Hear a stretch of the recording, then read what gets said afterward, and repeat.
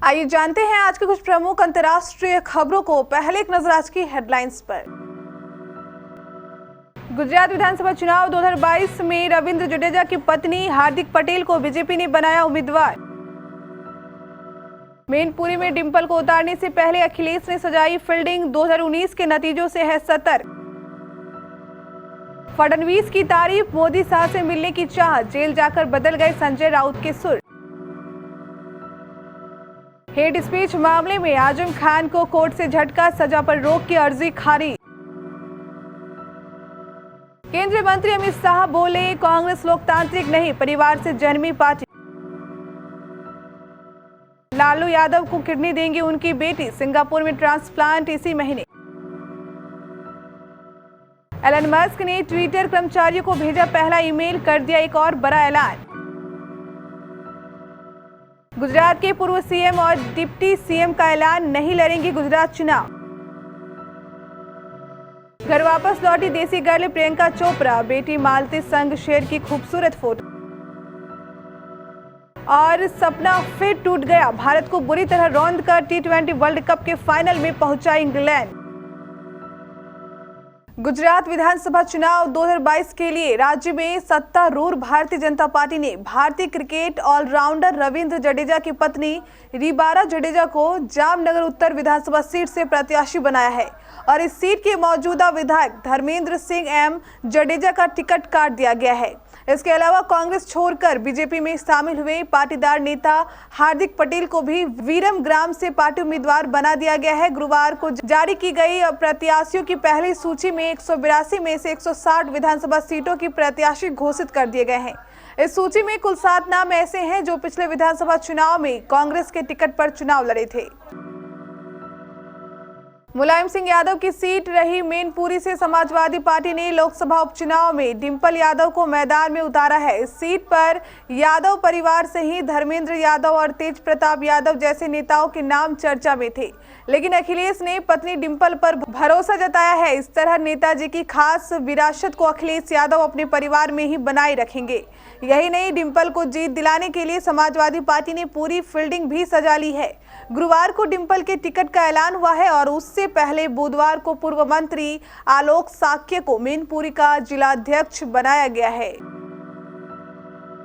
शिवसेना सांसद संजय राउत 102 दिन बाद जेल से बाहर आ गए। संजय राउत की वापसी पर उनके समर्थकों ने जगह जगह टाइगर इज बैक, शिवसेना का बाग आया जैसे पोस्टर भी लगाए गए, लेकिन हर मौके पर बीजेपी को घेरने वाले संजय राउत के सुर इस बार बदले हुए नजर आए।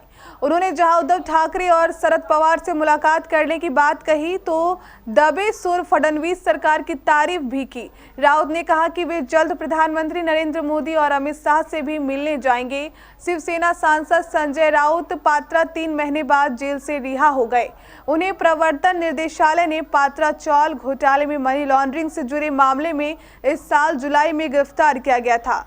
जेल से बाहर आने के बाद संजय राउत ने गुरुवार को अपने घर के बाहर मीडिया से बात की। इस दौरान उन्होंने कहा कि उनका स्वास्थ्य ठीक नहीं है। अपनी कलाई की ओर इशारा करते हुए संजय राउत ने कहा कि 3 महीने बाद ये घड़ी पहनी है, ये भी कलाई पर ठीक से नहीं आ रही है।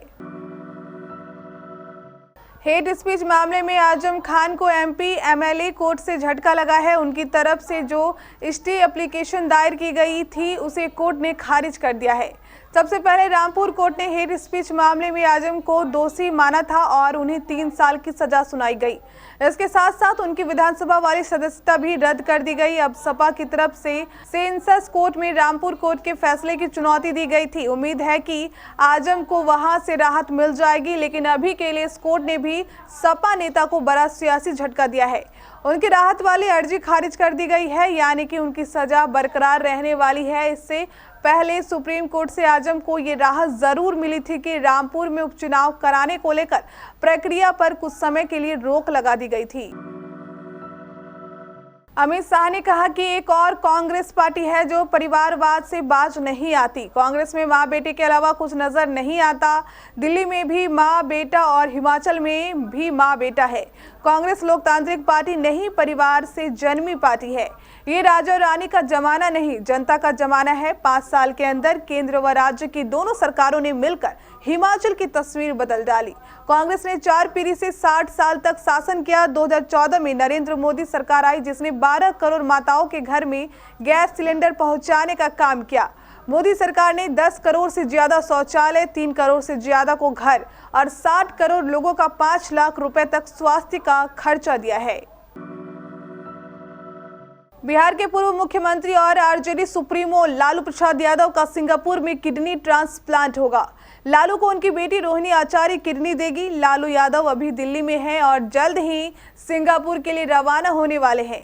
इसी महीने उनका किडनी ट्रांसप्लांट किया जाना है। बता दें कि लालू पिछले महीने ही सिंगापुर में डॉक्टरों से चेकअप करा कर लौटे थे। मीडिया रिपोर्ट्स में दावा किया जा रहा है कि सिंगापुर के डॉक्टरों ने लालू यादव के किडनी ट्रांसप्लांट की अनुमति दे दी है। लालू की बेटी रोहिणी आचार्य उन्हें किडनी दान करेगी। रोहिणी अपने पति के साथ सिंगापुर में ही रहती है। पिछले महीने लालू यादव जब डॉक्टर को दिखाने सिंगापुर गए थे तो वे रोहिणी के घर पर ही रुके थे।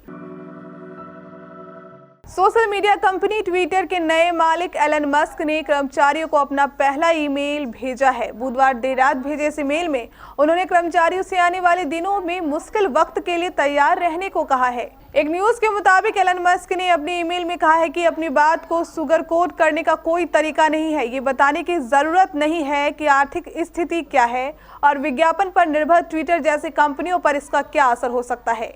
इसके साथ ही उन्होंने कर्मचारियों से साफ कहा कि अब उनको ऑफिस आना होगा। गुजरात के पूर्व मुख्यमंत्री विजय रूपानी और पूर्व उप मुख्यमंत्री नितिन पटेल ने चुनाव नहीं लड़ने का ऐलान किया है। एक न्यूज चैनल से बात करते हुए विजय रूपानी ने कहा, भाजपा के वरिष्ठ नेता के रूप में मैं चुनाव नहीं लड़ना चाहता हूं। मैंने खुद बीजेपी नेताओं से पहले भी कहा कि मैं चुनाव नहीं लड़ना चाहता। विजय रूपानी ने कहा कि उन्होंने ये फैसला नए कार्यकर्ताओं को मौका देने के लिए कहा है और वे बीजेपी को जिताने के लिए कड़ी मेहनत करेंगे। वहीं पूर्व उप मुख्यमंत्री नितिन पटेल ने गुजरात में बीजेपी अध्यक्ष CR पाटिल को पत्र लिखकर विधानसभा चुनाव लड़ने के बारे में बताया है।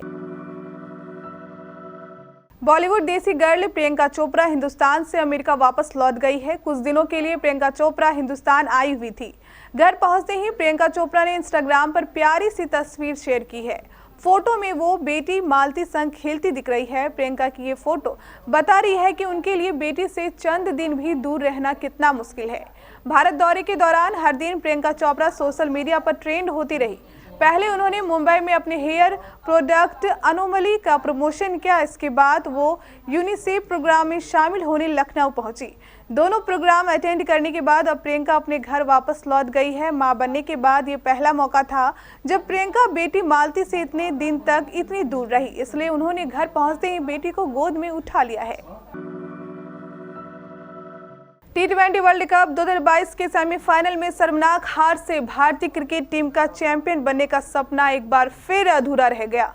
2013 में आखिरी बार आईसीसी ट्रॉफी जीतने वाली टीम के पास 2007 वाला कारनामा दोहराने का मौका था, लेकिन जोस बटलर और एलेक्स हेल्स की ताबड़तोड़ बैटिंग ने करोड़ों भारतीयों का सपना चकनाचूर कर दिया। रोहित शर्मा की कप्तानी वाली टीम को इंग्लैंड ने 10 विकेट से हराकर फाइनल में प्रवेश किया, जहां उसका खिताबी मुकाबला पाकिस्तान से होगा। पाकिस्तान ने पहले सेमीफाइनल में न्यूजीलैंड को हराया था। एलेक्स हेल्स और कप्तान जोस बटलर के नाबाद अर्धशतकों और पहले विकेट के लिए 170 रन की रिकॉर्ड अटूट साझेदारी के दम पर इंग्लैंड ने भारत को 10 विकेट से रौंदकर T20 विश्व कप के फाइनल में प्रवेश कर लिया। पहले बल्लेबाजी के लिए भेजी गई भारतीय टीम के लिए न तो विराट कोहली के बल्ले में वह तेवर नजर आए और न ही सूर्य कुमार यादव चमक सके। हार्दिक पांड्या ने अलबत्ता फिनिशर की भूमिका बखूबी निभाते हुए 33 गेंद में 63 रन बनाकर टीम को 6 विकेट पर 168 रन तक पहुंचाया।